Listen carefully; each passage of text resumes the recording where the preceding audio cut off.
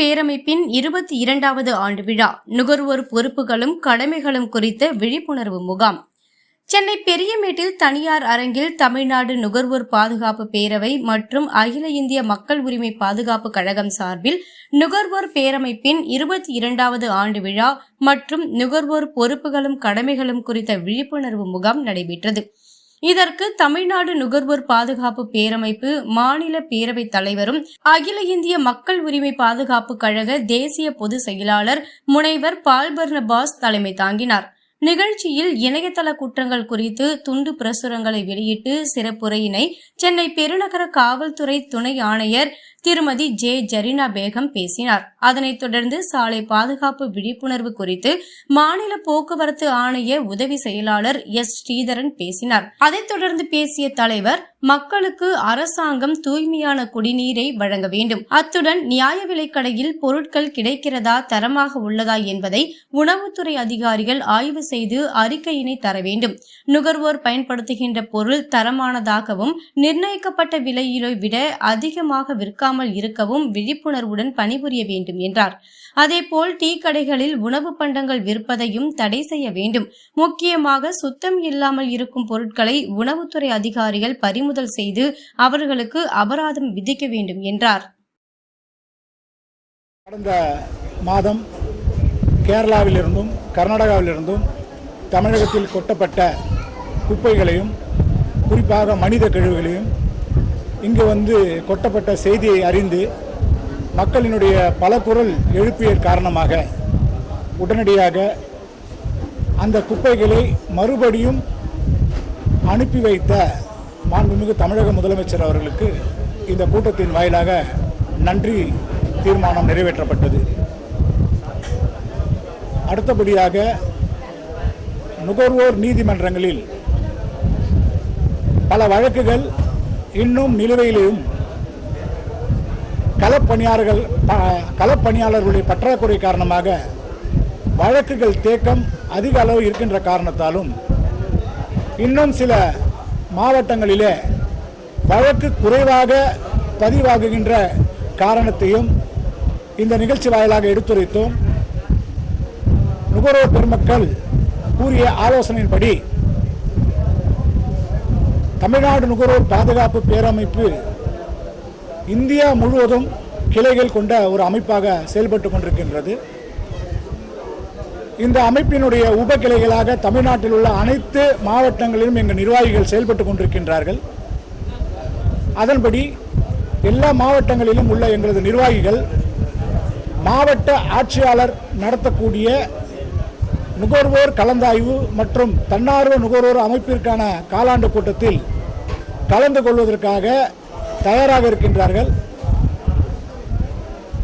அதன்படி இன்றைய தீர்மானத்தில் எல்லா மாவட்ட குழுக்களையும் எங்கள் பேரமைப்பின் குழுக்களையும் இணைத்து தன்னார்வ நுகர்வோர் அமைப்புகளுக்கான கூட்டத்தில் கலந்து கொண்டு பல வழக்குகளிலிருந்து மக்களை பல வழக்குகள் பதிவாகக்கூடிய வகையில் நுகர்வோர் நீதிமன்றங்களிலே 2 மாவட்டத்துக்கு ஒரு நீதிபதி, 3 மாவட்டத்துக்கு ஒரு நீதிபதி போன்ற செயல்பாடுகள் இருக்கின்ற காரணத்தினால் நிறைய வழக்குகள் நுகர்வோர் நீதிமன்றத்திலே பதிவாவது கிடையாது. பதிவாகப்பட்ட நுகர்வோர் வழக்குகள் தீர்ப்பு பெற்று வருவதற்குள் பல வருடங்களாக ஆகிறது என்று நுகர்வோர் பெருமக்கள் கூறினார்கள். ஒரு தீர்ப்பு 90 நாட்களுக்குள் விசாரணை செய்து தீர்ப்பு அளிக்க விட வேண்டும் என்பது நுகர்வோர் பாதுகாப்பு சட்டத்தினுடைய சரத். அந்த வகையில் நுகர்வோர் பாதுகாப்பு சட்டத்தின் கீழ் அமைக்கப்பட்ட நுகர்வோர் நீதிமன்றங்களில் வழக்குகள் தேக்கம் அதிக அளவு ஏற்படுகின்ற காரணத்தால், ஏனால் இது ஒரு சிவில் வழக்குகள ஒரு கிரிமினல் வழக்கு கிடையாது. நுகர்வோர் நீதிமன்றங்களில் ஒரு சாதாரண மக்கள் எளிதாக போய் புகார் அளித்தால் நிவாரணம் கிடைக்கும் என்ற நம்பிக்கையுடன் மக்கள் செயல்பட்டு கொண்டிருக்கின்றார்கள். ஆகவே நுகர்வோர் நீதிமன்றங்களில் 90 நாட்களுக்குள்ளாக வழக்குகளை விசாரணை செய்து தீர்ப்பளிக்கப்பட வேண்டும் என்று இன்றைக்கு நடத்த தீர்மானத்தில் நாங்கள் கொண்டு வந்திருக்கோம். போன்று உணவு பாதுகாப்பை பொறுத்த வரைக்கும் எல்லா ஏரியாவிலையுமே ஃபுட் சேஃப்டி ஆஃபீஸர் இருக்காங்க. இந்த ஃபுட் சேஃப்டி ஆஃபீஸர்ஸு எல்லா கடைகளுக்கும் என்னென்ன வகையான சோதனை செய்கிறார்கள், எத்தனை சோதனை செய்து எவ்வளோ அபராதங்கள் விதிக்கப்பட்டிருக்கின்றன என்பது வெளிப்படையாக மக்களுக்கு தெரிந்தால்தான் மக்கள் பாதுகாப்பாக இருப்பார்கள். நாங்கள் என்ன சொல்கிறோம் கேட்டிங்கன்னா, மெடிக்கல் ஷாப்பில் உணவுப் பொருள் விற்கக்கூடாதுன்றோம். மெடிக்கல் ஷாப்பில் உணவுப் பொருள் விற்கக்கூடாது. குறிப்பாக பிரெட்டு விற்கக்கூடாது, ஐஸ்கிரீம் விற்கக்கூடாது, முறுக்கு பேக்கெட் விற்கக்கூடாது. மெடிக்கல் ஷாப்புக்கு ஒரு நாம்ஸ் இருக்குது. அந்த நாம்ஸ் படி இந்த பொருளெல்லாம் மெடிக்கல் ஷாப்பில் விற்கக்கூடாதுன்றது எங்களோட கோரிக்கை. அதே போல் டீ கடைகளில் பார்த்தீங்கன்னா எந்த மாதிரியான தண்ணி கொண்டு அவங்க டீ தயாரிக்கிறாங்கன்றது ஒரு மிகப்பெரிய கேள்விக்குறியாக இருக்குது. அதன்படி அந்த டீ கடையில் தொட்டி அவ்வப்போது சுத்தம் செய்கிறாங்களா, மக்களுக்கு பாதுகாப்பான முறையில் டீ கொடுக்குறாங்களா என்பதை பற்றி ஆய்வு செய்யணும். எந்த டீ கடையிலும் பஜ்ஜி போண்டா வடை விற்கக்கூடாது அப்படிங்கிறத பற்றி வலுவாக நாங்கள் பேசியிருக்கோம். ஏன்னு கேட்டிங்கன்னா, சுற்றுப்புற தூய்மை ரொம்ப முக்கியம். சாலையோடு இருக்கக்கூடிய டீ கடைகளில் இந்த மாதிரி பஜ்ஜி போண்டா இது போன்ற பொருட்களாக விற்கிறதுனால அந்த பகுதியில் இருக்கக்கூடிய மண், அந்த தூசிகள்லாம் அடைப்பட்டு அந்த பஜ்ஜி அந்த போண்டா இதெல்லாம் அது வாங்கும் போது மக்கள் சாப்பிட்டு ரொம்ப வியாதிக்குள்ளாகிறாங்க. அதுக்காக விரைவான நடவடிக்கை உணவு பாதுகாப்புத்துறை இருந்தும் கூட இன்னும் பல இடங்களில் டீ கடைகளில் உணவுப் பொருள் விற்கிறாங்க, டிஃபன் விற்கிறாங்க, சாப்பாடு விற்கிறாங்க. ஆனால் அவனுக்கு லைசன்ஸ் கொடுத்தது டீ கடைக்கு லைசன்ஸ் கொடுத்துட்டு அவனுக்கு இந்த பொருளெல்லாம் விற்கிறதுக்கு லைசன்ஸ் கொடுத்தது யார்? அவரை கேட்டால் ஒரு சொல்கிறாரு, அவருக்கு எஃப்எஸ்எஸ்ஐ சர்டிஃபிகேட் வாங்கிட்டாங்க. எஃப்எஸ்எஸ்ஐ சர்டிஃபிகேட்டு ஆன்லைனில் கொடுக்குறது யார் வேணாலும் வாங்கலான்ற மாதிரி ஆயிடுச்சு.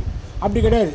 சோதனை அதிகாரி, குறிப்பாக உணவு பாதுகாப்புத்துறை அதிகாரி டீ கடைகளில் விற்பனை செய்யக்கூடிய வியாபாரத்தை தடை செய்யணும். குறிப்பாக உணவுப் பொருள் விற்பதை தடை செய்யணும் அப்படிங்கிறது எங்களுடைய தீர்மானத்தில் இன்றைக்கி நாங்கள் தெரிவிச்சிருக்கோம்.